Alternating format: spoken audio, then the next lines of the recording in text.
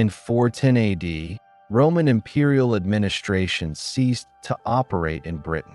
The central authority that had coordinated taxation, military defense, judicial administration, and provincial governance no longer functioned. The withdrawal did not occur as a single event, but as the culmination of several decades of imperial contraction. Roman field armies were redeployed to continental priorities, imperial officials stopped arriving, and the fiscal mechanisms that had sustained provincial government failed. Britain was left without the institutional framework that had governed it for nearly 4 centuries. The end of Roman administration brought the termination of regular tax collection in coin. Without taxation, salaried officials, professional soldiers, and urban services could not be maintained. The late Roman economy in Britain had depended on centralized redistribution. Taxes collected in kind and currency supported garrisons, administrators, and urban infrastructure. When this system collapsed, the supporting structures failed with it. Coin minting ceased shortly after 400 AD, and monetary circulation diminished rapidly. Archaeological evidence indicates a sharp decline in the use of coinage within a single generation. Urban centers that had developed under Roman rule experienced contraction rather than immediate abandonment. Some towns continued to function as local market centers or administrative nodes, but large-scale public maintenance ended. Stone buildings were no longer repaired at state expense. Roads deteriorated without organized upkeep. Aqueducts and drainage systems fell into disuse. Public buildings were repurposed for domestic or agricultural use, while others collapsed over time. Urban populations declined as economic activity shifted toward rural subsistence. Long-distance trade networks that had connected Britain to Gaul, the Mediterranean, and the Rhine frontier diminished significantly. Imports of pottery, glassware, olive oil, and wine dropped to minimal levels by the mid-5th century. Craft production became localized. Metalworking, textile production, and pottery manufacture continued, but on a smaller scale and primarily for regional consumption. Economic exchange increasingly operated through barter and local redistribution rather than market-based circulation. The disappearance of imperial administration also ended standardized legal enforcement. Roman courts no longer convened, and written law codes ceased to be applied in practice. Dispute resolution reverted to customary practices rooted in kinship, local authority, and negotiated settlement. Authority was fragmented across regions as local leaders exercised power based on control of land, followers, and armed force rather than official appointment. Governance became personal and situational rather than institutional. Military defense shifted from professional units to locally organized armed groups. Forts and defensive installations were no longer maintained as part of a coordinated system. Some Roman military sites continued to be occupied, but without imperial supply chains or command structures. Security depended on local leadership and temporary alliances. The absence of centralized defense made regions vulnerable to external pressure and internal conflict. Population distribution changed during the 5th century. While estimates vary, there is no evidence of a sudden demographic collapse comparable to later pandemics. Instead, settlement patterns shifted. Some Roman villa estates continued in modified form, while others were abandoned or subdivided. Rural communities became more self-sufficient. Agricultural production continued, but surplus generation declined. Grain production, livestock management, and small-scale horticulture formed the basis of subsistence economies. Cultural continuity with the Roman past persisted unevenly.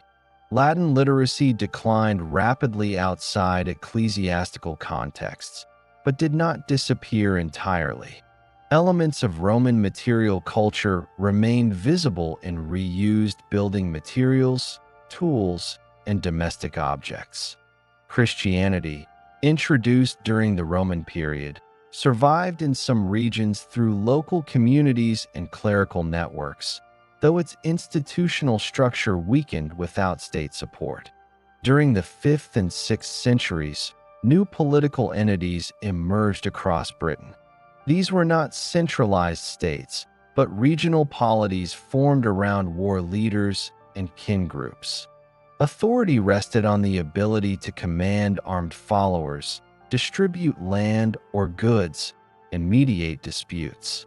Power was maintained through personal loyalty rather than formal office. Leadership was often unstable, with frequent shifts resulting from conflict, succession disputes, or loss of military support. Migration and settlement from across the North Sea occurred during this period. Archaeological evidence indicates the arrival of groups from continental Europe, particularly along eastern and southern Britain. These groups did not arrive as a single mass movement, but as a series of migrations over generations. Settlement patterns varied by region. In some areas, newcomers integrated with existing populations. In others, they established new communities with distinct material culture. Language use shifted gradually. Spoken Latin declined as a vernacular, while Germanic languages became dominant in many regions. This linguistic change reflected social and political transformation rather than immediate population replacement. Place names, burial practices, and domestic architecture indicate regional variation rather than uniform change. By the late 5th century, Britain consisted of multiple competing polities with no overarching authority. Some regions maintained continuity with pre-Roman or Romano-British traditions, while others developed new social structures. There was no centralized taxation, no standing army, no uniform law, and no bureaucratic administration. Governance operated at the level of local authority and negotiated power. The economy during this period was primarily agrarian and localized. Landholding was organized through customary arrangements rather than written title. Agricultural labor was performed by households and kin groups. Surplus extraction occurred through obligation and coercion rather than taxation. Trade existed but was limited in scale and reach. Maritime exchange continued in some coastal regions, but inland connectivity was reduced. Religious organization persisted in fragmented form. Christian communities survived in some western and southern areas, maintaining limited connections with continental ecclesiastical centers. Elsewhere, religious practice varied widely. There was no unified religious authority across Britain. Sacred sites and burial customs reflect regional diversity rather than standardized practice. The absence of an empire did not produce uniform decline. Some regions adapted more effectively than others. Areas with fertile land, defensible terrain, or access to maritime routes retained relative stability. Others experienced prolonged conflict and instability. Political authority remained fluid, with boundaries shifting frequently. By 600 AD, political conditions in Britain had stabilized relative to the preceding 2 centuries. The period of fragmented post-imperial rule gave way to more durable regional kingdoms. These polities did not resemble centralized states, but they displayed increasing continuity in leadership, territorial control, and social organization. Authority rested on personal rule supported by landholding, armed followers, and negotiated obligation rather than formal institutions. Across much of what would later be called England, several kingdoms emerged as persistent political units. Their boundaries were not fixed and frequently shifted through conflict, marriage alliances, and inheritance. Power was exercised locally, and political cohesion depended on the capacity of rulers to maintain loyalty among elites. There was no national administration, no standing bureaucracy, and no uniform legal system across regions. Kingship during this period functioned as a personal form of rule. Authority derived from the ability to distribute land, protect followers, and command military service. Land was the primary source of wealth and power. Control over productive territory allowed rulers to reward loyalty and sustain armed retainers. Military obligations were organized through personal bonds rather than centralized conscription. Warfare was frequent but typically limited in scale, involving small forces rather than mass armies. Royal households served as the primary administrative centers. Governance followed the movement of the ruler and their entourage rather than operating from fixed capitals. Decisions were made in assemblies of local elites, where authority was asserted through consensus, negotiation, and the presence of armed support. These gatherings addressed disputes, land grants, and obligations, functioning as political mechanisms without written procedure. Law during this period was customary rather than institutional. Rules governing compensation, inheritance, and social rank existed as oral traditions enforced through community expectation and elite mediation. Early law codes began to appear in some regions during the 7th century. These codes did not create new systems of justice, but recorded existing practices in written form. Enforcement depended on social pressure and negotiated settlements rather than centralized courts. The spread of Christianity played a significant role in shaping political and cultural development between 600 AD and 800 AD. Conversion did not occur uniformly or simultaneously. Monastic communities became central to social and economic organization. These institutions controlled land, organized agricultural production, and acted as centers of learning. They maintained connections with continental religious networks, facilitating the exchange of texts, ideas, and practices. Monasteries were not separate from secular authority. They were integrated into regional power structures through patronage and obligation. The Church did not function as a centralized authority across England during this period. Ecclesiastical organization was regional and often aligned with local political boundaries.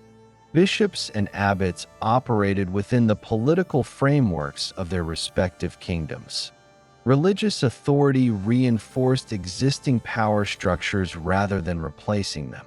Economic life remained overwhelmingly agrarian. Most of the population lived in rural settlements engaged in subsistence farming.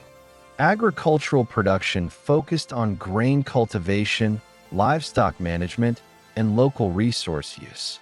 Surplus production was limited and largely consumed within regional networks. Long-distance trade existed but was narrow in scope and volume. Craft production expanded gradually in some areas. Metalworking, textile production, and woodworking supported local needs. Specialized production was often associated with elite households or religious centers. Exchange occurred through gift-giving, obligation, and limited market activity rather than monetized trade. Coinage was rare and primarily symbolic in function. Settlement patterns reflected increasing stability. Villages became more permanent, with defined agricultural zones and communal practices. Field systems were developed to manage shared resources. Landholding arrangements varied widely. but most land was held through customary tenure rather than formal ownership. Social hierarchy was present but fluid, shaped by land access, kinship, and service rather than rigid legal categories. The military organization remained decentralized. Armed service was expected of free men within a ruler's territory, but there was no permanent army. Equipment was locally produced and varied in quality. Defensive structures were limited, relying on natural terrain and temporary fortifications rather than permanent installations. Conflict occurred frequently, but was constrained by logistical limits and social norms. Despite political fragmentation, cultural integration increased during this period. Shared language groups expanded, and regional identities became more defined. Artistic styles, burial practices, and material culture display increasing consistency within regions while maintaining local variation. This cultural development supported political cohesion without producing centralized authority. External contact continued through maritime routes. Coastal regions maintained connections with continental Europe and Scandinavia. These interactions facilitated trade, migration, and cultural exchange. Inland regions were more isolated but not disconnected. Rivers functioned as important communication corridors, linking settlements and facilitating movement. By the late 7th and early 8th centuries, some kingdoms achieved relative dominance over others. This dominance was not permanent and did not result in national unification. Instead, power shifted over time as rulers expanded influence through military success and alliance building. Political authority remained contingent and reversible. Administrative practices advanced incrementally. Record-keeping increased within ecclesiastical contexts. Land grants were documented more frequently, creating precedents for written authority. Legal customs were increasingly standardized within regions. These developments enhanced continuity but did not eliminate reliance on personal rule. Population growth occurred gradually during this period. Agricultural expansion supported increased settlement density in fertile regions. Forest clearance and land reclamation expanded arable land. Demographic growth placed pressure on resources, but also supported greater political organization by increasing labor availability. Anglo-Saxon England consisted of several stable kingdoms with identifiable political structures, shared cultural practices, and developing administrative tools. Governance remained personal rather than institutional, but the foundations for a more complex organization were in place. Authority was exercised through land, law, religion, and military service within defined territories. By 800 AD, the political systems that had developed across England remained decentralized and dependent on personal authority. Kingdoms were stable but limited in administrative capacity. Military organizations relied on temporary mobilization rather than permanent forces. Economic systems were largely agrarian and regional. These conditions shaped how external pressure affected the political landscape during the 9th and early 10th centuries. From the late 8th century onward, seaborne raids from Scandinavia increased in frequency and scale. Initial attacks targeted coastal settlements, trading sites, and religious centers. These raids were episodic rather than continuous, but they exposed weaknesses in local defense. Coastal regions and river valleys were particularly vulnerable due to ease of access. Early responses relied on local forces, which were often insufficient to prevent repeated incursions. During the early 9th century, raiding activity expanded inland along navigable rivers. Temporary camps evolved into seasonal bases. Raiding groups demonstrated coordinated movement, logistical planning, and familiarity with local geography. These developments increased pressure on existing political structures, which were not designed to respond to a sustained external threat. By the mid-9th century, Scandinavian groups began to establish permanent settlements in parts of northern and eastern England. Control shifted from intermittent plunder to territorial occupation. Several existing kingdoms collapsed or were absorbed. Political authority in these regions was restructured under new leadership, while local populations adapted to altered systems of landholding and obligation. Settlement patterns changed measurably. Archaeological evidence indicates the introduction of new forms of housing, burial customs, and material culture in occupied regions. These changes were uneven and often layered onto existing practices rather than replacing them entirely. Agricultural production continued, but land distribution and legal customs were modified to accommodate new ruling structures. The expansion of Scandinavian settlement created a division between regions under direct occupation and those that remained independent. This division was not static. Boundaries shifted through conflict, negotiation, and accommodation. Areas outside direct occupation faced constant military pressure, forcing adjustments in defense and governance. In response to a sustained threat, the surviving kingdoms initiated structural reforms. Defense shifted from an ad hoc response to a planned organization. Fortified settlements were constructed or reoccupied at strategic locations, particularly along transportation routes and population centers.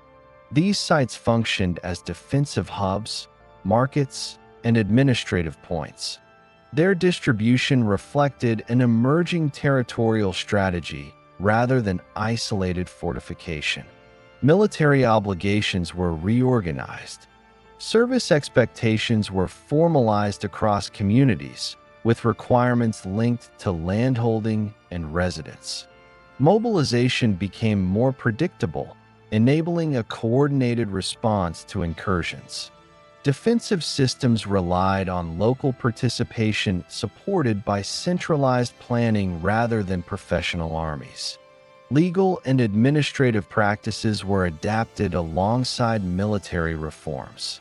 Written documentation expanded to support coordination of resources and obligations. Standardized measures for land assessment and service provision were introduced in some regions. These measures improved the ability of rulers to project authority across larger territories. Taxation systems became more systematic. Levies were imposed to support defense infrastructure and military readiness. Payment occurred primarily in kind, including agricultural produce and labor, though silver played an increasing role in regions with access to trade. These fiscal measures marked a shift toward more regularized governance. Coinage circulation increased during this period, particularly in regions engaged in trade and tribute. Silver currency facilitated payment of levies and exchange across cultural boundaries. Coin finds from this period indicate expanded monetary use compared to earlier centuries, though coinage did not replace subsistence exchange as the dominant economic system. Economic activity adjusted to new conditions. Trade networks expanded along rivers and coasts under both independent and occupied regions. Market sites were developed near fortified settlements. Craft production increased in scale, supporting military needs and trade demand. Urban growth remained limited, but nodal centers emerged with administrative and economic functions. Social organization evolved in response to prolonged instability. Communities adapted by strengthening local cohesion and integrating defense responsibilities into daily life. Landholding arrangements were modified to ensure military contribution. Authority structures became more hierarchical as coordination demands increased. In occupied regions, governance combined Scandinavian and local practices. Legal customs reflected negotiated arrangements rather than uniform imposition.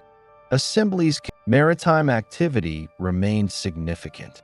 Coastal trade connected England with Scandinavia and continental Europe. These connections facilitated the exchange of goods, technology, and ideas. Inland regions benefited indirectly through redistribution networks. The political landscape reflected the cumulative effects of prolonged pressure and adaptation. Kingdoms that survived had transformed their governance structures. Authority rested on territorial administration supported by defense infrastructure, fiscal systems, and legal coordination. Personal leadership remained important, but it operated within increasingly formalized frameworks. By 950 AD, the political landscape of England had undergone significant consolidation. The fragmentation that had characterized earlier centuries had given way to a single kingdom exercising authority across most of the territory. This unification did not eliminate local power, but it established a central framework within which regional governance operated. Authority was no longer confined to personal leadership alone. It increasingly relied on administrative structures capable of coordinating law, taxation, defense, and landholding across wide areas. Royal authority during this period rested on control of land and the ability to mobilize resources. The king's position was supported by a hierarchy of officials appointed to oversee defined districts. These officials were responsible for enforcing the law, collecting dues, and organizing military obligations. Their authority derived from royal appointment rather than hereditary right, which strengthened central control while allowing local elites to participate in governance. The kingdom was divided into territorial units designed to facilitate administration.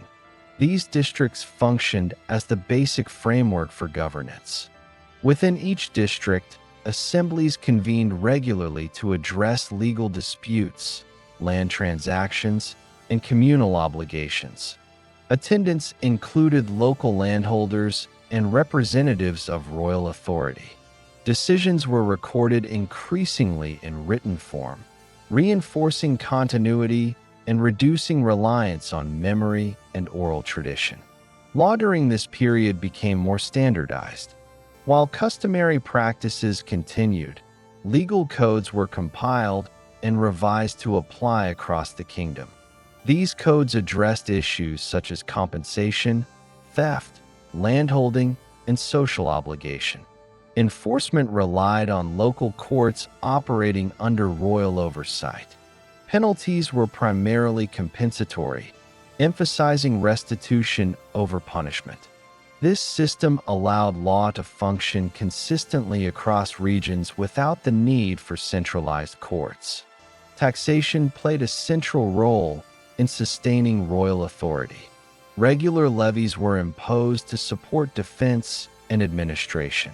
These payments were assessed based on landholding and productivity rather than personal status. The collection was organized through local officials who transmitted resources to the center.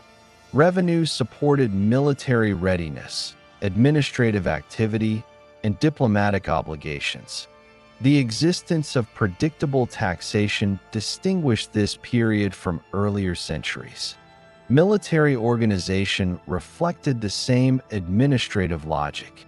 Defense obligations were linked to landholding.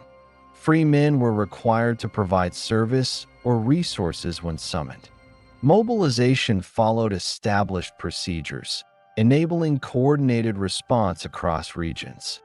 Defensive infrastructure, including fortified settlements and regional mustering points, supported the rapid assembly of forces.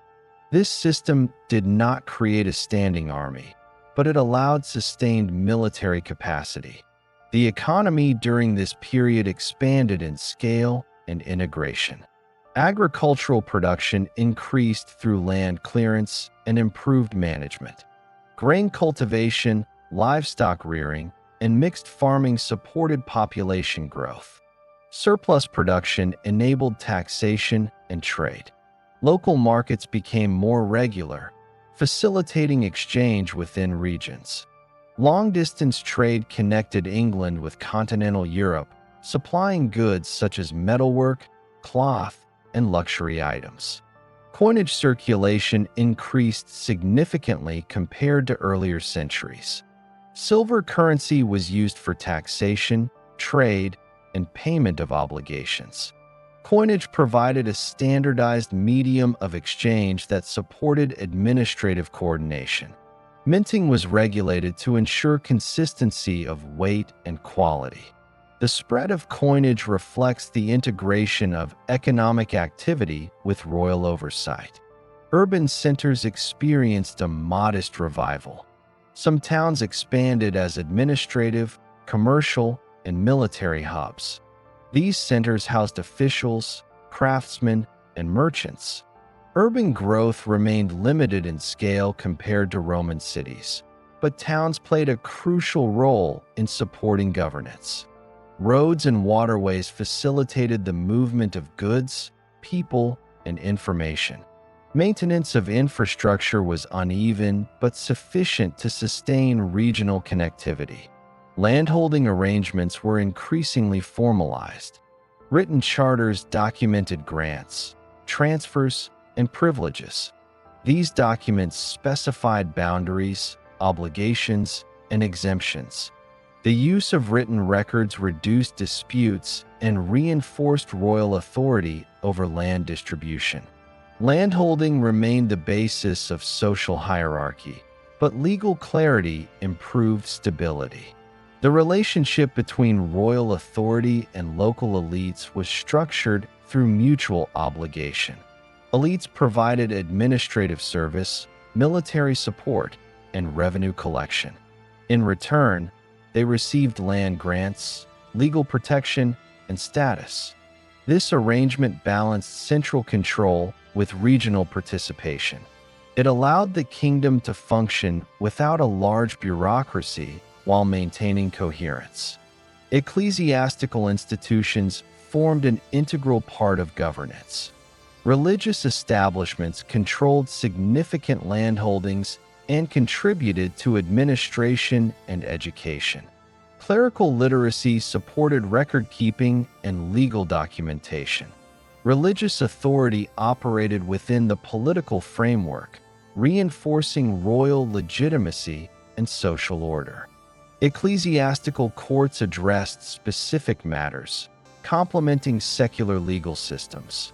The legal system relied on assemblies convened at multiple levels. Local courts addressed routine disputes. Higher assemblies handled more complex cases and appeals. Procedures emphasized sworn testimony and communal judgment. Written records increasingly supplemented oral proceedings. This multi-tiered system allowed the law to operate efficiently across the kingdom. Foreign relations influenced domestic organization. Diplomatic contacts required coordination of resources and representation. Tribute payments and alliances necessitated reliable taxation and administrative capacity. Military preparedness supported deterrence and negotiation. These external considerations reinforced the importance of centralized governance. Population growth during this period placed pressure on resources, but also expanded the labor base. Settlement density increased in fertile regions. Land reclamation extended cultivation into marginal areas. These developments supported economic expansion and administrative reach. Demographic stability contributed to political continuity. Cultural integration accompanied political consolidation. Shared legal practices, economic systems, and religious institutions promoted cohesion. Regional identities persisted, but they operated within a broader framework of kingdom-wide governance. Language use became more standardized in administrative contexts, supporting communication across regions. By the early 11th century, the kingdom possessed a level of administrative sophistication unmatched in much of contemporary Europe. The central authority coordinated taxation, law, and defense across a large territory. Governance relied on predictable procedures rather than ad hoc leadership. This system was resilient but dependent on effective oversight. Succession remained a potential source of instability. Leadership transitions required acceptance by elites and administrative continuity. While procedures existed to manage succession, outcomes were not guaranteed. Political stability depended on the maintenance of consensus among key stakeholders. By 1066 AD, England functioned as a unified kingdom with established institutions. Royal authority extended through appointed officials, standardized law, and regular taxation. The administrative framework supported military readiness and economic integration. Governance operated through a balance of central oversight and local participation. By the mid-11th century, England functioned as a centralized kingdom with established systems of taxation, law, and territorial administration. Royal authority extended through appointed officials who supervised districts, courts, and military obligations. This institutional structure made England both governable and extractive, concentrating resources at the center. In 1066 AD, these conditions shaped the consequences of external intervention. In early 1066 AD, political conditions in England changed rapidly following a disputed succession to the kingship. Competing claims emerged from within and beyond the kingdom. These claims did not arise in a political vacuum. They were grounded in diplomatic ties, prior agreements, and assessments of military feasibility. The existence of a unified English state made control of the kingship decisive for control of the entire territory. Preparations for conflict unfolded across multiple regions. Defensive mobilization drew upon established military obligations tied to landholding. Assemblies were convened to coordinate service. The decisive engagement occurred shortly after the landing, when English forces and the invading army met in open battle near the coast. The encounter was fought over the course of a single day. Both sides deployed infantry and elite fighting units. The battle resulted in the defeat of the English field army and the collapse of coordinated resistance at the national level. The outcome of the battle did not immediately translate into full territorial control. Resistance continued in several regions. However, the defeat of the central military force removed the primary obstacle to occupation. The invaders advanced methodically, securing key locations and receiving submissions from local elites. Movement toward major urban and administrative centers followed established road networks. Control was consolidated through a combination of military presence and negotiated accommodation. Existing officials who submitted were often retained temporarily to ensure continuity of administration. Others were replaced. Fortified positions were established at strategic points to secure lines of communication and suppress resistance. These fortifications were not symbolic. They functioned as centers of enforcement and surveillance. By the end of 1066 AD, the invading leader was recognized as king through formal rights. This recognition marked a transfer of authority, but did not immediately dismantle existing institutions. The administrative framework of the English kingdom remained intact. Taxation systems, courts, and territorial divisions continued to operate, now under new leadership. The most significant transformation occurred in landholding. Over the following years, land was systematically redistributed. Estates previously held by the English elite were confiscated and reassigned to members of the invading group. This process unfolded unevenly but decisively. By the early 1070s, the majority of large landholdings were controlled by newcomers. Land redistribution served multiple functions. It rewarded military service, secured loyalty, and embedded the new ruling class within the economic structure of the kingdom. Land grants were accompanied by obligations of service and attendance. Holders were expected to provide military support and administrative cooperation. These obligations were formalized through written documentation and enforced through royal authority. The introduction of a new elite did not eliminate existing systems of governance. Instead, it redirected them. Shire administration continued. Courts remained operational. Taxation was collected according to established assessments. The continuity of these institutions allowed the new regime to extract revenue efficiently and project authority across the kingdom. Castles became a central feature of post-conquest governance. These structures were constructed rapidly and placed deliberately. They were positioned to control roads, river crossings, and population centers. Castles served as bases for garrisons, administrative centers, and symbols of authority. Their presence altered the physical and political landscape. Military occupation was sustained through these fortified sites. Garrisons enforced compliance and deterred rebellion.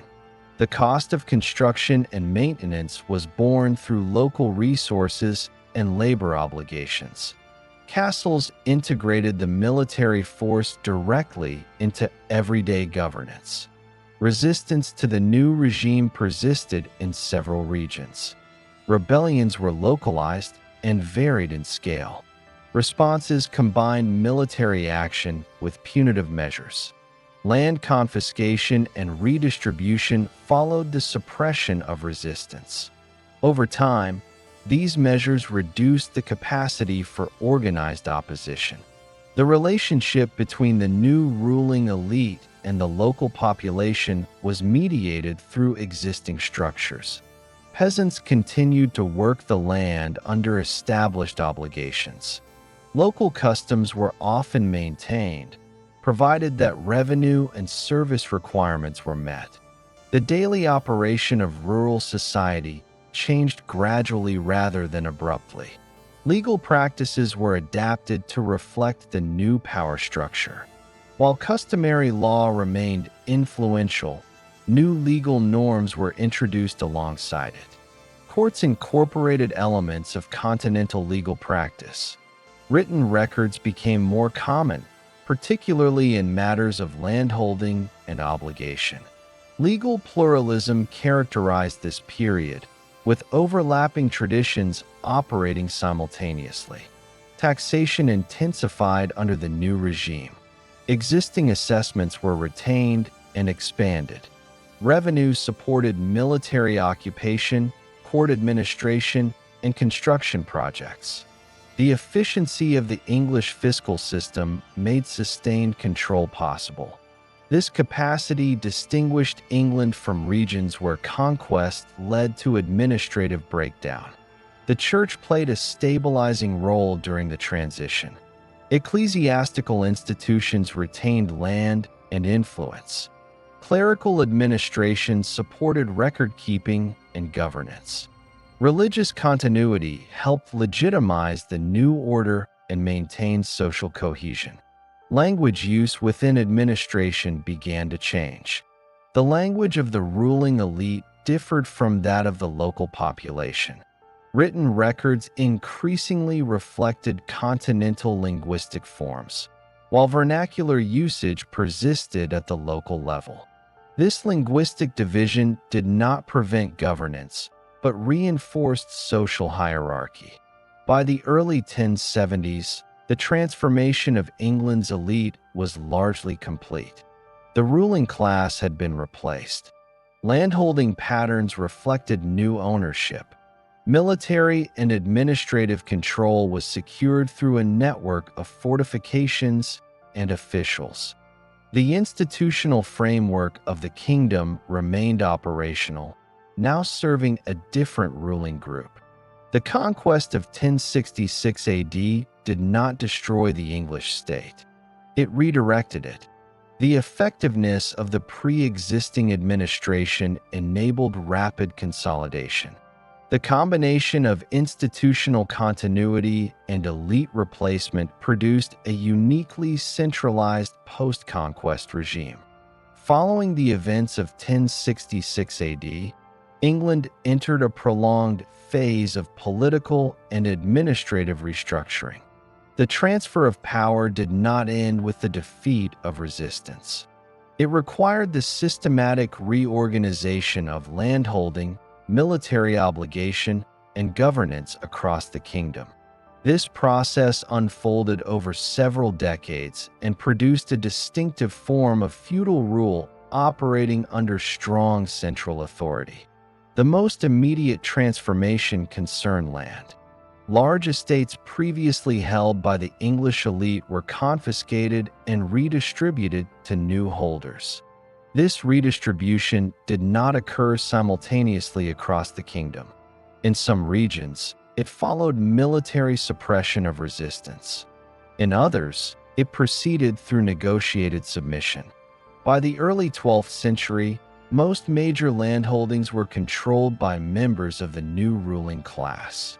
Land grants were not unconditional. They carried defined obligations. Holders were required to provide military service, attend royal assemblies, and contribute to administrative functions. These obligations were structured through a hierarchical system in which land was held from the king in exchange for service. This arrangement tied political authority directly to land control and reinforced centralized oversight. Military service formed a core component of feudal obligation. Landholders were required to supply armed personnel for specified periods when summoned. Service requirements varied according to the size and value of the land held. This system did not produce a standing army. Instead, it created a predictable framework for mobilization based on land assessment and obligation. Castles became central to the enforcement of this system. Construction accelerated after 1066 AD, particularly during periods of unrest. Castles were placed at strategic locations, river crossings, road junctions, urban centers, and areas with a history of resistance. Their function was practical. They housed garrisons, secured administrative authority, and provided bases for rapid military response. Castle construction required substantial resources. Labor was drawn from local populations through obligation. Materials were sourced regionally. Early castles were often built of earth and timber, allowing rapid construction. Over time, stone structures replaced earlier forms, reflecting increased investment and permanence. The spread of castles altered settlement patterns and concentrated authority. The presence of castles integrated military force into daily governance. Garrison commanders exercised judicial and administrative authority in surrounding areas. Their role extended beyond defense to the enforcement of order and the collection of dues. Castles functioned as nodes in a network of control rather than isolated fortresses. Administrative continuity remained a defining feature of this period. Existing territorial divisions continued to function. Local officials remained responsible for tax collection, court organization, and enforcement of obligations. While personnel changed, procedures persisted. This continuity allowed governance to operate effectively during the transition. One of the most significant administrative developments occurred in 1086 AD with the completion of a comprehensive survey of landholding and resources across much of England. This survey recorded ownership, land use, population, livestock, and obligations. It provided the central authority with detailed knowledge of the kingdom's economic base. The survey was not descriptive alone. It functioned as an instrument of control, enabling precise assessment of dues and services. The survey reinforced the principle that all land was ultimately held from the king. By documenting claims and obligations, it reduced ambiguity and disputes. It also exposed attempts to evade service or taxation. The administrative reach demonstrated by this survey was unprecedented in medieval Europe. Taxation intensified during this period. Existing levies were retained and expanded. Revenues supported castle construction, garrison maintenance, court administration, and royal travel. Taxes were assessed primarily on landholding units and collected through local officials. Payment occurred in kind or silver, depending on regional practice and availability. Legal administration adapted to support the feudal order. Courts continued to operate at local and regional levels. Jurisdiction was divided among royal courts, lordly courts, and ecclesiastical courts. While overlapping authorities sometimes produced conflict, it also allowed governance to function across diverse contexts. Customary law remained influential, particularly in rural communities. However, written documentation increased. Charters recorded land grants, privileges, and obligations. Written records enhanced continuity and reduced reliance on oral testimony alone. Literacy within administrative contexts expanded, supported by clerical expertise. Feudal relationships structured a social hierarchy. At the top stood major landholders with extensive estates and multiple obligations. Below them were lesser holders who managed smaller units of land. Peasants continued to work the land under customary obligations. Their daily conditions changed gradually rather than abruptly, but authority over them became more tightly integrated into the feudal framework. Manorial organization became more systematized. Estates were managed through designated officials responsible for agricultural production, labor coordination, and rent collection. Output supported both local consumption and the obligations owed upward. This system increased efficiency, but also reinforced dependency. The church remained a major landholder and administrative partner. Religious institutions retained extensive estates and legal privileges. Clerical administration supported record-keeping, education, and judicial processes. Ecclesiastical authority operated alongside secular governance, contributing to stability and continuity. Disputes over land and authority occurred frequently during this period. Claims arising from redistribution, inheritance, and obligation required adjudication. Courts addressed these disputes through established procedures, relying increasingly on written evidence. The resolution of disputes reinforced the authority of central governance. Rebellions and resistance did not cease immediately after 1066 AD. Several regions experienced uprisings during the late 11th century.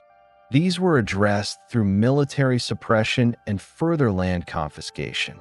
Over time, the capacity for organized resistance diminished as control tightened and new elites consolidated power. Economic conditions varied regionally. Some areas experienced disruption due to military activity and construction demands.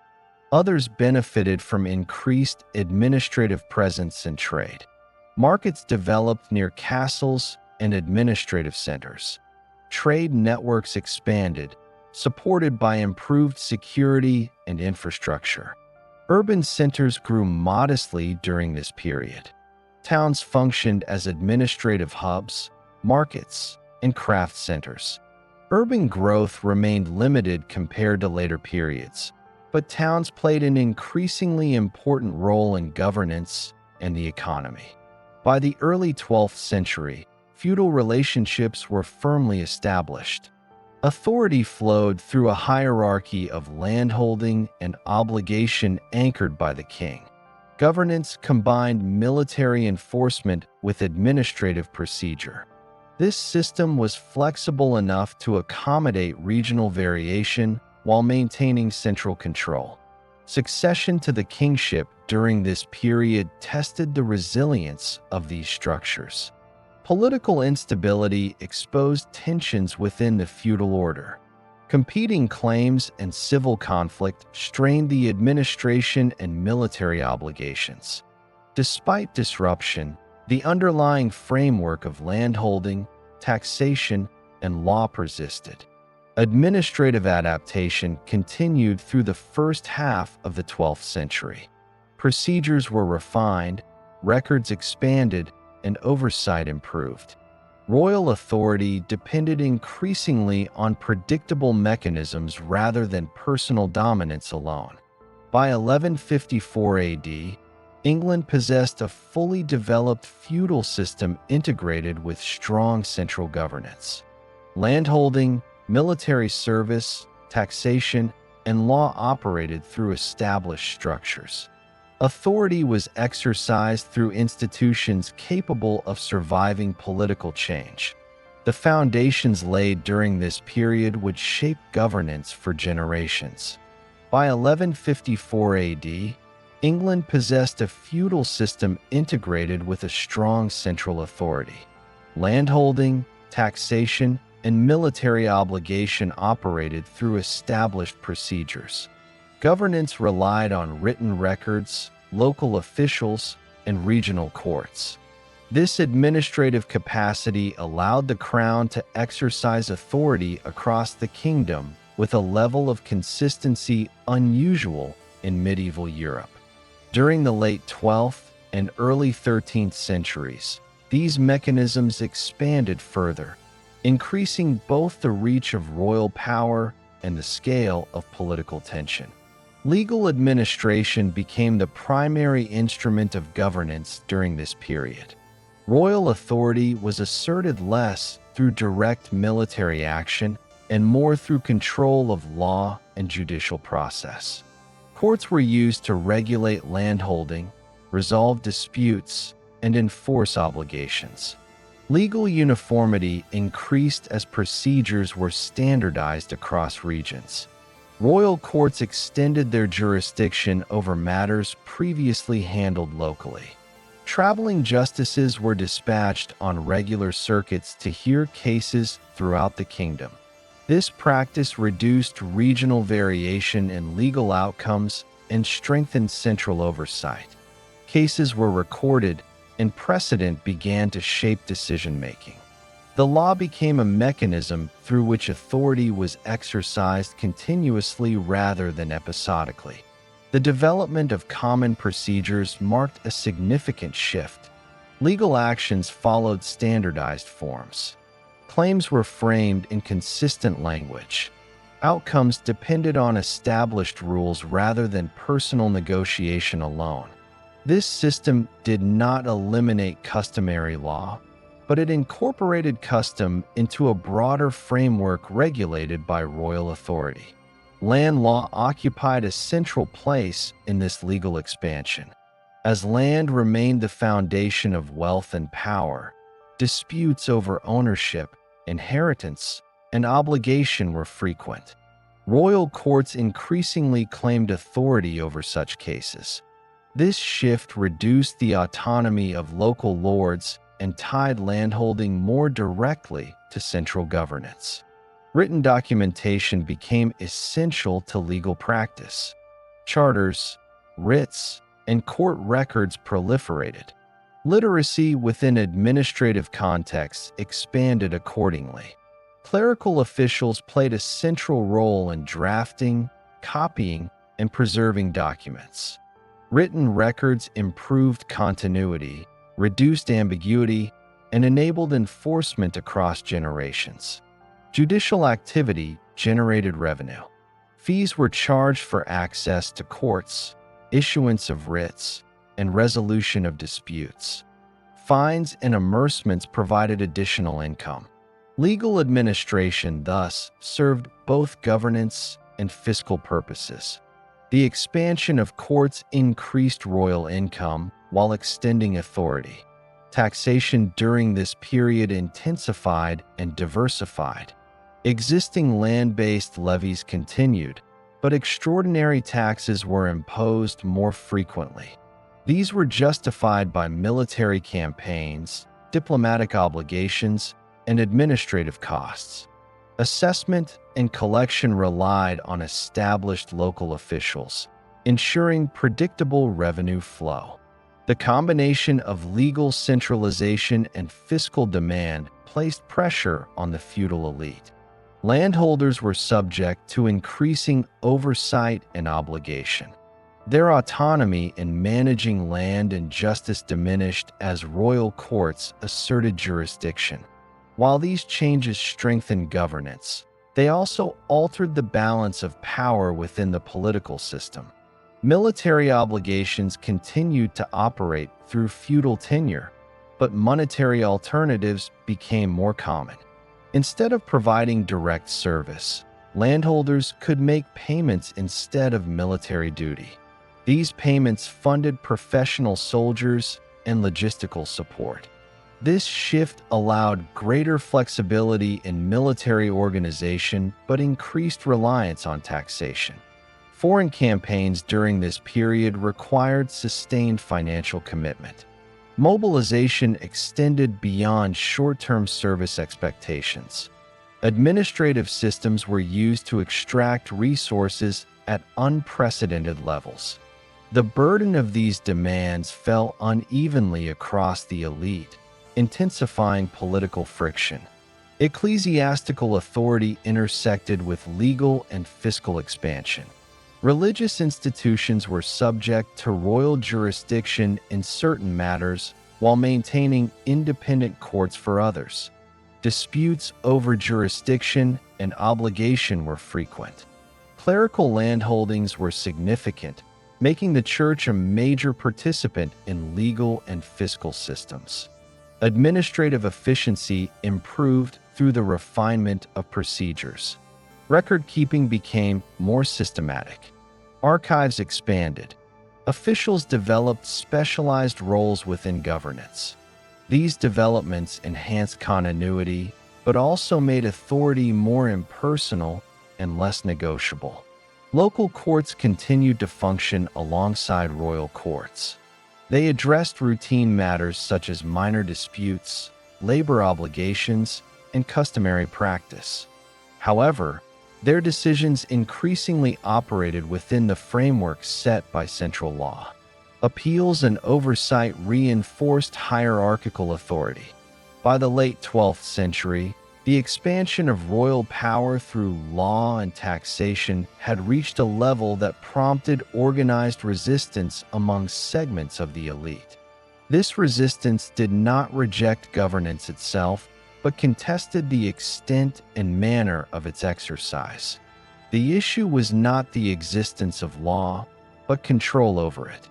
Assemblies of leading landholders became forums for negotiation and confrontation. Demands focused in 1215 AD, these tensions resulted in the issuance of a formal charter defining constraints on royal authority. The charter addressed procedures for taxation, legal process, and property rights. It affirmed that governance operated within a framework of law rather than personal discretion.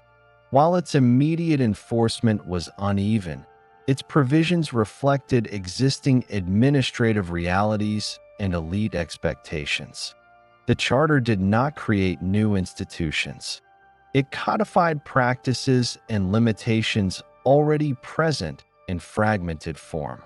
Its significance lay in formal recognition rather than innovation. The document articulated principles that structured future governance without altering the underlying administrative system. Legal administration continued after 1215 AD with adjustments reflecting negotiated limits. Courts remained central to governance. Taxation persisted, though subject to procedural constraint. The balance between authority and obligation was recalibrated rather than overturned. By the end of this period, England possessed a legal system that functioned as the backbone of governance. Authority was exercised through procedure, documentation, and precedent. Resistance to power took institutional form, expressed through law rather than violence. After 1215 AD, governance in England entered a phase characterized by procedural consolidation rather than structural rupture. The legal and administrative mechanisms already in operation continued to function, but they did so within more clearly articulated constraints.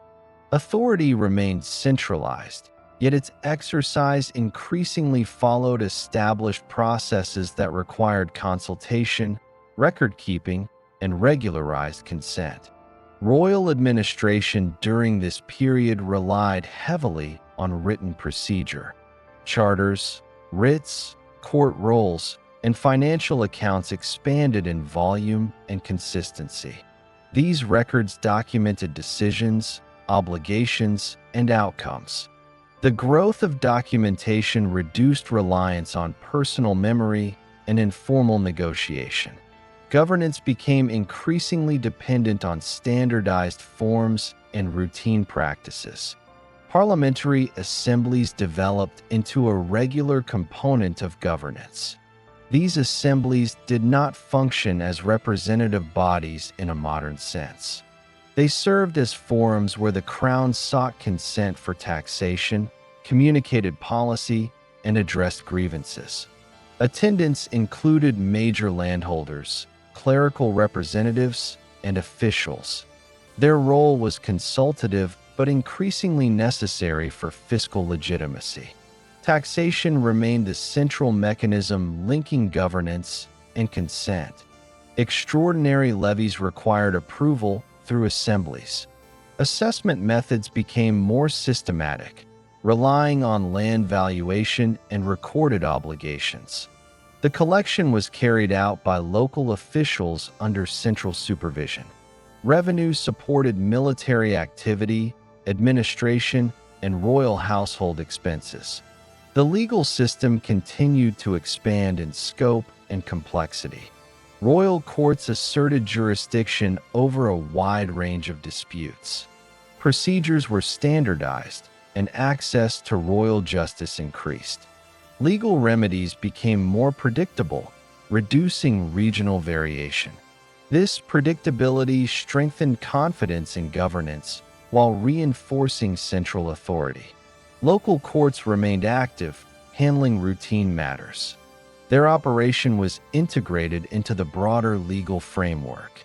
Oversight mechanisms ensured consistency with central law. Appeals and reviews reinforced the hierarchical structure. The coexistence of local and central courts allowed governance to function across diverse contexts. Financial administration advanced significantly during this period. Detailed accounts recorded income and expenditure.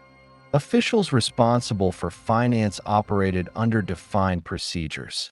Auditing practices improved oversight. Financial transparency enhanced the ability of the Crown to plan and sustain long-term commitments. Administrative specialization increased. Officials were assigned defined roles within governance, including judicial, financial, and territorial responsibilities. This specialization improved efficiency and continuity. Offices were increasingly defined by function rather than personal association. Territorial administration remained organized through established districts. Officials supervised law enforcement, tax collection, and military obligations. Communication between the center and locality improved through regular reporting and travel. Governance operated as a coordinated system rather than isolated actions. Economic conditions supported administrative expansion. Agricultural productivity remained high relative to earlier centuries. Market activity increased in frequency and scale. Towns expanded as centers of trade, craft production, and administration. Urban populations grew, supporting specialized labor and commercial exchange. Trade networks connected England with continental Europe. Exports of raw materials and agricultural products generated revenue. Imports include manufactured goods and luxury items. Ports and market towns facilitated exchange. Customs duties contributed to royal income. Coinage circulation increased further. Monetary transactions became more common in taxation, trade, and wages. Standardized currency supported administrative coordination and economic integration. Monetary use varied regionally but expanded overall. Social organization adapted to these developments. Landholding remained central to status, but economic diversification created new forms of wealth. Urban merchants and craftsmen gained influence within local governance. Social hierarchy persisted, but pathways to status widened. The church continued to play a significant administrative role.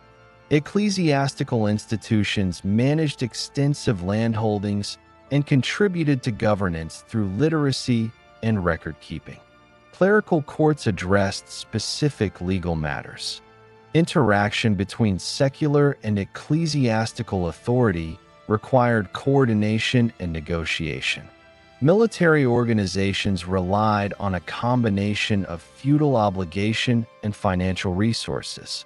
Monetary payments supported hired forces when required. Administrative capacity allowed sustained military campaigns. Logistics, supply, and coordination were managed through established systems.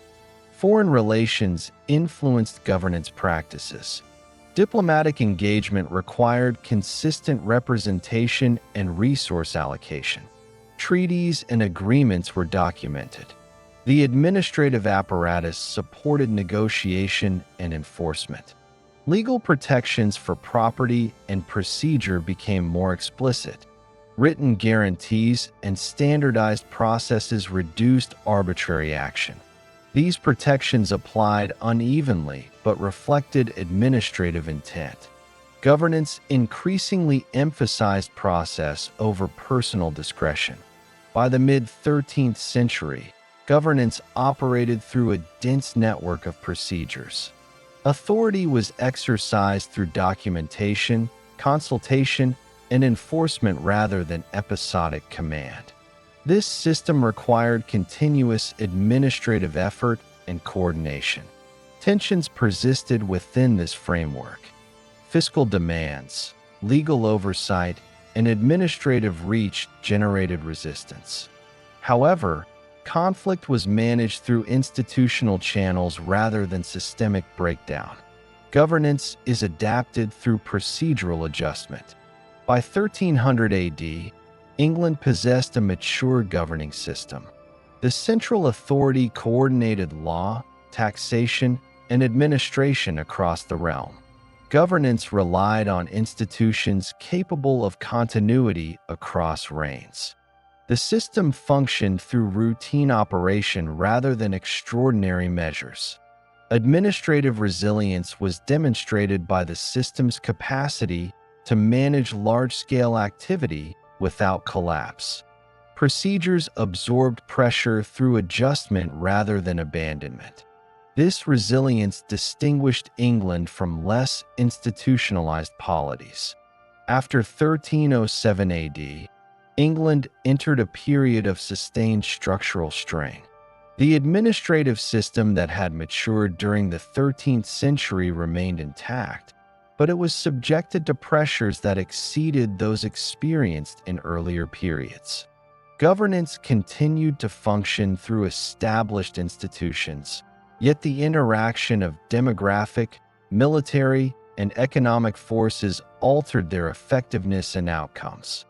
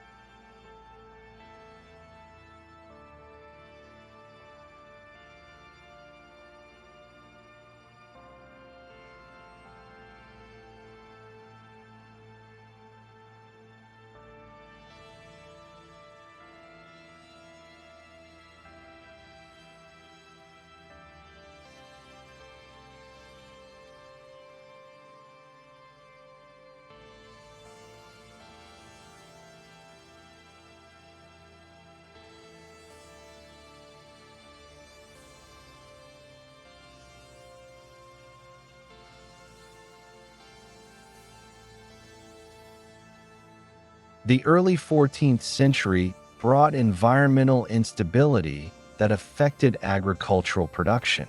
A sequence of poor harvests reduced grain yields and disrupted food supply. Agricultural shortfalls affected both rural producers and urban consumers. Prices fluctuated sharply and subsistence margins narrowed. The fiscal system remained operational, but its extraction capacity encountered increasing limits as productivity declined. Rural society experienced growing vulnerability. Peasant households dependent on marginal land faced heightened risk during years of poor yield. Landlords attempted to maintain income through rent enforcement and labor obligations. These pressures strained customary arrangements without producing immediate structural change. Governance continued through manorial and royal courts, but outcomes reflected constrained resources. Military expenditure increased during this period. Warfare beyond England's borders required sustained financial commitment. Campaigns demanded provisioning, transport, and payment. Administrative mechanisms were used to extract resources at scale. Taxes were levied more frequently, and collection intensified. These demands interacted with declining agricultural output, amplifying strain across society. By 1348 AD, a new and unprecedented factor entered this already stressed system. A rapidly spreading epidemic reached England through established trade routes. The disease moved quickly across regions, affecting urban and rural populations alike. Mortality rates were high, though uneven by locality. The epidemic recurred in subsequent waves over the following decades. The demographic impact was severe. A substantial proportion of the population died within a short period. Labor availability declined sharply. Agricultural production contracted as fields went untilled and livestock management was disrupted. Settlement density decreased in many areas. Villages were abandoned or consolidated. Urban populations also fell, reducing commercial activity. Administrative institutions remained in place, but their operation was disrupted by the loss of personnel. Courts continued to function, though delays increased. Tax assessments became harder to enforce due to reduced population and resistance to collection. Fiscal expectations based on earlier productivity became increasingly unrealistic. Labor scarcity altered economic relations. Workers were able to negotiate higher compensation or improve conditions. Landlords attempted to counter these changes through regulation and enforcement of customary obligations. Legal mechanisms were employed to stabilize wages and labor service. Enforcement varied widely and often proved ineffective. Landholding patterns shifted as a result of demographic loss. Vacant holdings became available. Survivors consolidated land through inheritance, purchase, or reassignment. Smaller holdings were absorbed into larger units. This consolidation altered rural hierarchy without eliminating customary frameworks. Urban economies adjusted unevenly. Some towns declined as trade volume contracted. Others adapted by attracting labor and expanding production in specific crafts. Wage labor became more common in urban contexts.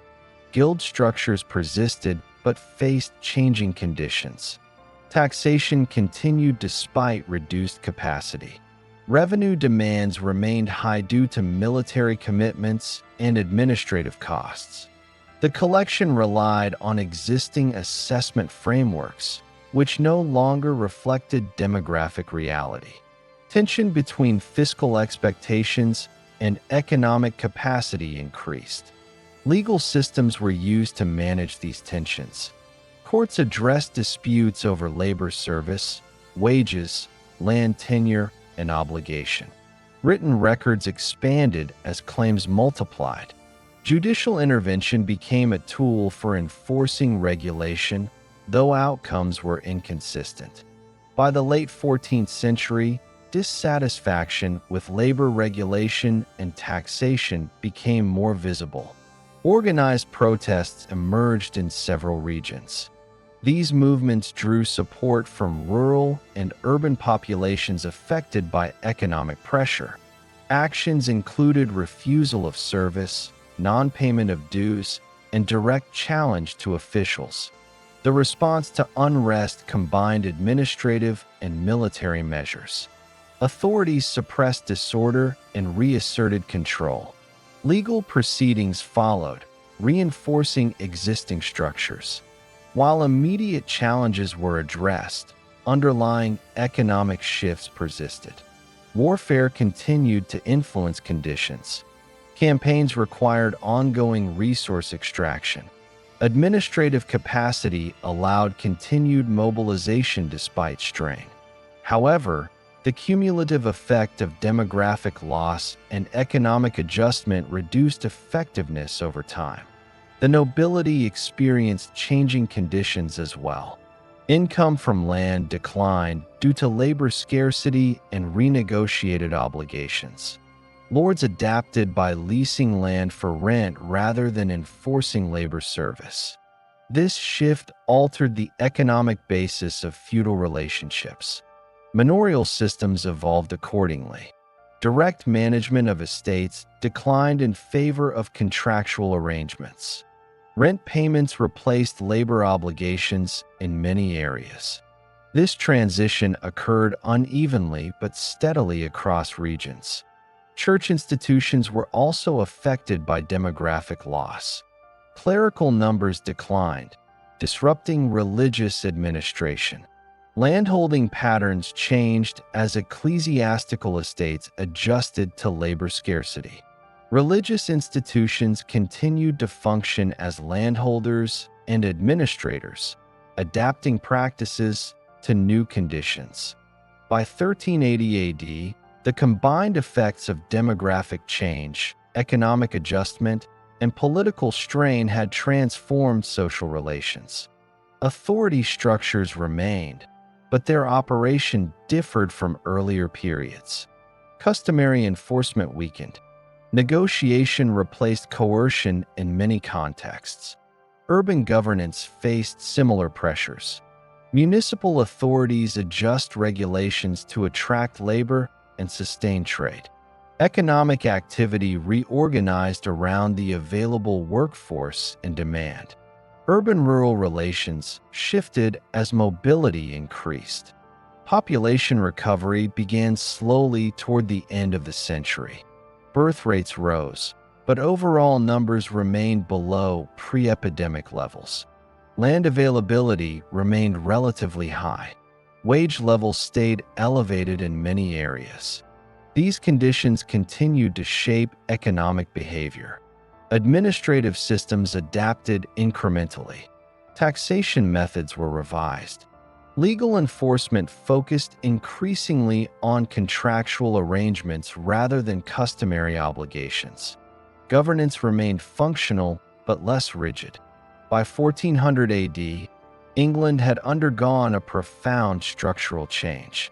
Institutions persisted, but their social foundations had shifted. Feudal labor relations were weakened, though not eliminated. Governance operated through existing frameworks adjusted to new realities. By 1400 AD, England had entered a period of adjustment shaped by the demographic and economic changes of the previous century. Population levels remained significantly lower than those of the early 14th century.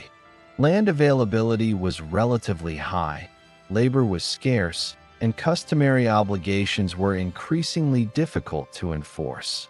Governance structures persisted, but the social and economic conditions under which they operated had changed. Rural society reflected these new conditions.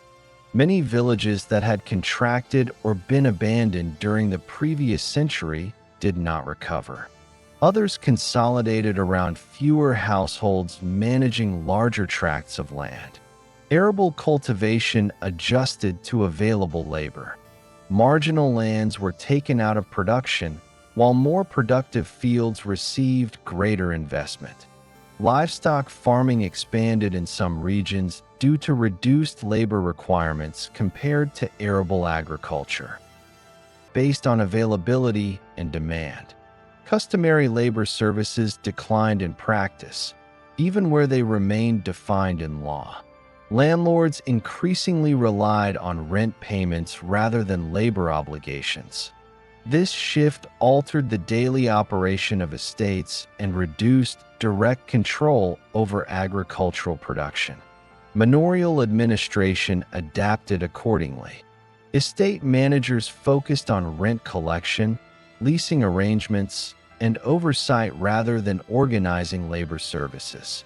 Written contracts replaced customary expectations in many contexts. Accounts recorded payments and expenses with greater detail.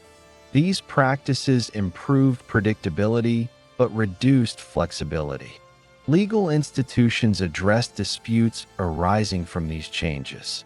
Courts handled cases related to wages, tenancy, and contract enforcement. Written agreements became central evidence.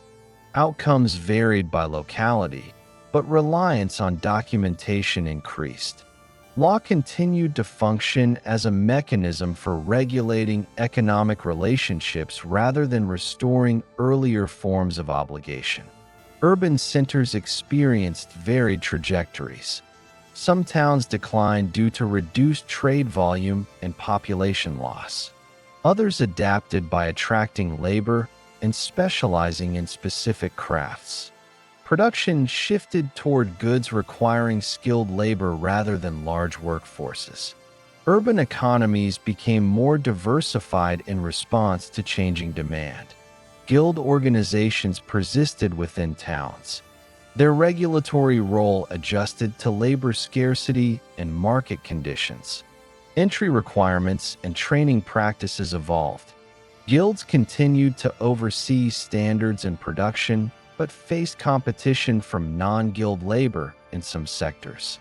Urban governance balanced regulation with the need to sustain economic activity. Trade networks stabilized under new conditions. Domestic trade benefited from improved road and river transport. Regional exchange expanded where agricultural surplus allowed. Overseas trade continued, though volume varied by port and commodity. Customs duties remained a source of royal revenue, integrated into administrative systems. Monetary use remained widespread. Wages, rents, and taxes were increasingly paid in coin. Currency circulation supported market transactions and administrative coordination. Monetary stability contributed to economic adjustment. Landholding patterns reflected consolidation. Survivors of earlier demographic loss accumulated land through inheritance, purchase, and lease. Larger holdings became more common. Smaller holdings persisted but were often absorbed over time. This consolidation altered social hierarchy without eliminating it. Social mobility increased within limits. Access to land and wage labor allowed some individuals to improve their status. Urban employment provided alternative pathways to livelihood. While legal distinctions remained, economic opportunity became more variable. The nobility adjusted to declining income from traditional feudal dues. Many adopted leasing strategies that provided predictable cash income. Household expenditure patterns changed to reflect reduced labor control. Administrative efficiency became more important for maintaining status and solvency. Military obligations evolved alongside these changes. Direct service based on landholding declined in practical importance. Monetary contributions supported the recruitment of soldiers when needed. Administrative systems managed logistics and payment. Military organizations relied increasingly on contractual arrangements. Royal finances reflected these transformations. Revenue sources remained land-based and commercial, but yield varied with economic conditions. Financial administration was adapted through revised assessments and improved accounting. Fiscal planning relied on predictable income streams rather than exceptional extraction. The church remained a major landholder and employer. Ecclesiastical estates adjusted labor practices similarly to secular estates. Leaseholding and rent collection increased. Clerical courts continued to address disputes within their jurisdiction. Religious institutions maintained administrative roles through literacy and record-keeping. Education and literacy expanded modestly. Clerical training supported administration and legal practice. Written communication became more common within governance. Literacy remained limited but influential. Population trends during this period showed gradual stabilization. Birth rates increased, but overall numbers recovered slowly. Labor scarcity persisted in many regions. These conditions sustained higher wages and reinforced economic change. Governance operated through established institutions adapted to new realities. Courts, taxation, and administration continued to function. Authority remained centralized but relied increasingly on negotiation and contract rather than coercion. Political conditions during this period were shaped by these structural changes. Royal authority faced constraints from economic capacity and elite cooperation.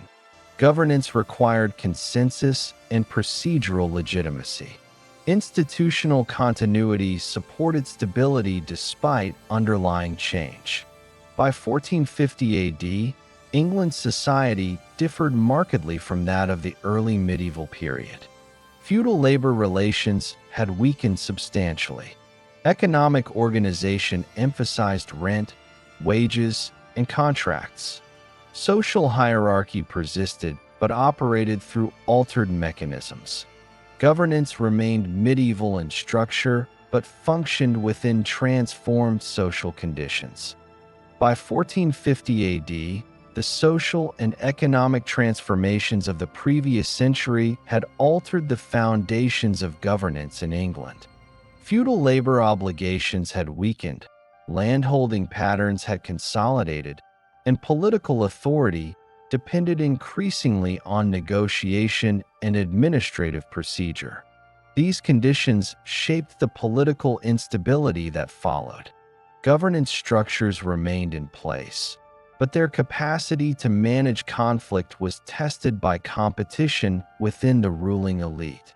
Royal authority during this period was formally centralized but practically constrained.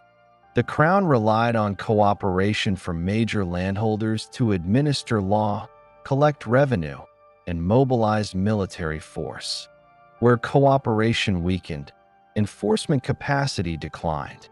Local officials continued to operate courts and collect dues, but their effectiveness depended on regional power dynamics. Disputes over succession intensified these pressures. Competing claims to the kingship emerged within the existing legal framework. These claims were supported by alliances among landholding elites. Political conflict did not immediately dissolve governance, but it disrupted coordination at the center and in the regions. Military organization reflected long-term structural change. Traditional feudal service based on landholding was no longer sufficient for sustained conflict. Military forces were raised through contractual arrangements, drawing on paid troops and household retainers. Funding for these forces depended on access to land revenue and financial reserves rather than customary obligation. Private military followings expanded. Major landholders maintained armed retainers to protect their interests and enforce authority. These forces operated outside direct royal control. Their presence altered local power relations and weakened centralized enforcement of law. Violence associated with private disputes increased, particularly in contested regions. Administrative systems struggled to contain this militarization. Courts continued to function, but enforcement of judgments became uneven. Legal remedies were available, yet compliance depended on local power balance.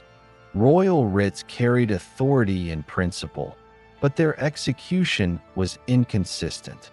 Taxation during this period faced increasing difficulty.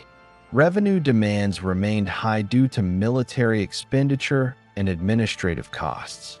The collection relied on cooperation from local elites. Resistance to taxation took administrative rather than ideological form, including delayed payment and negotiated reduction. Fiscal capacity fluctuated with political alignment. Parliamentary assemblies continued to convene. Their role in authorizing taxation and addressing grievances remained central. However, divisions within the elite limited consensus. Assemblies reflected factional alignment as much as collective governance. Procedural forms persisted, but outcomes varied. Landholding disputes multiplied during this period. Claims based on inheritance, marriage, and confiscation were contested in courts and through force. Legal documentation played a central role in asserting rights. Written evidence was used to legitimize claims, but resolution depended on enforcement capacity. The rural population experienced indirect effects of elite conflict. Agricultural production continued, but insecurity disrupted some regions. Estates changed hands frequently. Tenants adjusted obligations as authority shifted. Local governance adapted pragmatically to changing conditions. Urban centers faced similar challenges. Town authorities attempted to maintain order and commerce amid uncertainty. Trade routes were affected by conflict in some areas. Urban militias supplemented defense where required. Municipal governance relied on negotiation with competing powers. Foreign relations influenced domestic conditions. Diplomatic alignments affected resource allocation and military focus. Administrative attention was divided between internal conflict and external obligations. Governance capacity was stretched by competing priorities. Legal institutions adapted to instability by emphasizing documentation and procedure. Courts recorded disputes meticulously. Appeals increased. However, legal process could not resolve conflicts rooted in power imbalance alone. The gap between legal authority and practical enforcement widened. The church continued to operate as a landholder and administrator. Ecclesiastical courts maintained jurisdiction over specific matters. Religious institutions provided continuity in record-keeping and education. Their estates were subject to the same pressures as secular holdings. As conflict persisted, the distinction between public authority and private power blurred. Offices were used to advance factional interests. Appointment of officials reflected political alignment. Administrative neutrality eroded in contested areas. By the 1460s AD, armed conflict intensified in scale and frequency. Engagements between rival forces occurred intermittently. Control over regions shifted. Governance continued where possible, but administrative routines were frequently disrupted. Despite instability, the institutional framework of the state did not collapse entirely. Courts, taxation, and record-keeping persisted in modified form. The resilience of these systems limited the scope of disorder but could not prevent it. Economic conditions during this period were uneven. Some regions experienced a decline due to disruption. Others remained stable or adapted to new conditions. Market activity continued where security allowed. Long-term structural changes in labor and landholding persisted beneath political conflict. The role of the crown evolved during this period. Authority depended increasingly on effective control of military resources and elite cooperation. Administrative legitimacy remained important but insufficient without enforcement capacity. Governance required both procedural authority and practical power. By the late 1470s AD, prolonged conflict had weakened private military networks through attrition and financial strain. Landholdings were consolidated further as estates changed hands. The capacity for sustained private warfare diminished. Administrative practices adapted to these conditions. Efforts were made to limit private armies and restore centralized enforcement. Financial administration sought to stabilize revenue. Legal procedures emphasized royal authority. By 1485 AD, the period of dynastic conflict had concluded with military resolution. The outcome altered the balance between private power and centralized authority. Governance structures remained medieval in form, but the conditions for their operation had changed. By 1485 AD, England's political system had reached a point where long-standing institutional structures persisted alongside accumulated changes in how power was exercised. The administrative framework developed over previous centuries remained intact. Courts operated, taxes were assessed, records were kept, and territorial governance continued through established offices. At the same time, The balance between private military power and central authority had shifted significantly during the preceding decades. The culmination of dynastic conflict in 1485 AD resolved a prolonged period of political instability through military decision. The outcome did not abolish existing institutions. Instead, it altered the relationship between authority, landholding, and force. The crown emerged with greater capacity to regulate the use of violence within the realm. This change did not occur instantly, but it established conditions under which centralized enforcement could be restored and expanded. Following 1485 AD, the primary challenge facing governance was consolidation rather than reconstruction. Administrative systems had survived conflict, but their effectiveness depended on reducing the capacity of private actors to operate independently of central authority. This required control over military resources, financial stability, and legal enforcement. One of the most significant developments concerned the regulation of armed retainers. During the preceding period, major landholders had maintained private forces that operated outside centralized control. After 1485 AD, measures were taken to limit the size and activity of such forces. Enforcement relied on legal mechanisms, financial penalties, and administrative oversight rather than broad military action. These measures reduced the prevalence of private warfare and reasserted central authority over the use of force. Financial administration played a central role in this process. Revenue collection was stabilized through improved accounting and oversight. The Crown emphasized predictable income streams derived from land revenue, customs duties, and judicial fees. Extraordinary taxation became less frequent.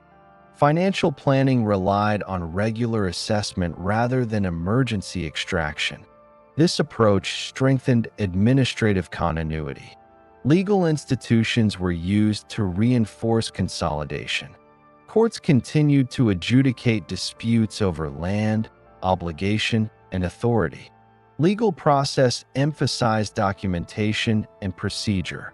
Written records were central to enforcement. The authority of royal courts was asserted consistently, reducing regional variation in enforcement. Territorial administration remained organized through established districts. Officials were appointed to oversee law enforcement, taxation, and local governance. Oversight mechanisms were strengthened to ensure compliance. Communication between the center and locality improved through regular reporting and audit. These practices enhanced coordination across the realm. Landholding patterns reflected both continuity and change. Large estates persisted, but their operation was increasingly subject to legal regulation. The Crown asserted oversight over inheritance, wardship, and transfer. These mechanisms limited the accumulation of autonomous power. Landholding remained the basis of status, but it operated within tighter administrative constraints. The military organization was reshaped by these developments. Feudal service based on landholding continued in legal form, but declined further in practical importance. Armed forces were raised through contractual arrangements when required. Funding relied on stabilized revenue rather than ad hoc obligations. This reduced dependence on elite military networks. Urban centers benefited from improved stability. Town governance operated through established municipal structures. Trade routes functioned with fewer disruptions. Market activity increased in some regions. Urban authorities cooperated with the central administration to maintain order and commerce. Rural society experienced relative continuity. Agricultural production continued under conditions shaped by earlier demographic change. Leaseholding and rent-based arrangements dominated estate management. Labor relations remained contractual. Local courts addressed routine disputes. Governance operated through customary and legal mechanisms integrated within the broader administrative system. The church continued to function as a major landholder and administrative partner. Ecclesiastical courts maintained jurisdiction over specific matters. Religious institutions contributed to literacy and record-keeping. Their integration within governance supported continuity during consolidation. Education and literacy supported administrative practice. Training of clerical officials sustained documentation and legal procedure. Written communication expanded modestly within governance. These developments reinforced procedural authority. Foreign relations influenced consolidation indirectly. Diplomatic engagement required stable representation and predictable resources. Administrative capacity supported the negotiation and enforcement of agreements. External pressure was managed through existing institutions rather than structural change. By the late 15th century, governance emphasized prevention of disorder rather than response to crisis. Legal regulation, financial oversight, and administrative supervision operated as primary tools. Authority was exercised through routine procedure rather than exceptional measures. The cumulative effect of these changes marked the end of medieval political conditions. Feudal militarism had been curtailed. Private armed power was subordinated to central authority. Governance relied increasingly on law, finance, and administration. These characteristics distinguished the emerging order from earlier medieval practice. Institutions that originated in the medieval period continued to function, but their operation reflected altered priorities. Authority was centralized more effectively. Enforcement capacity was strengthened. Administrative continuity was emphasized. These developments did not eliminate medieval structures. They transformed how they were used. By 1485 AD, England had transitioned out of the medieval political order. The change was not defined by the disappearance of institutions, but by the reconfiguration of power relationships within them. Governance operated through inherited frameworks adapted to new conditions. This period marks the conclusion of medieval England as a political system defined by feudal military power, fragmented enforcement, and elite autonomy. What followed retained medieval institutions while applying them in ways that reflected different constraints and capacities.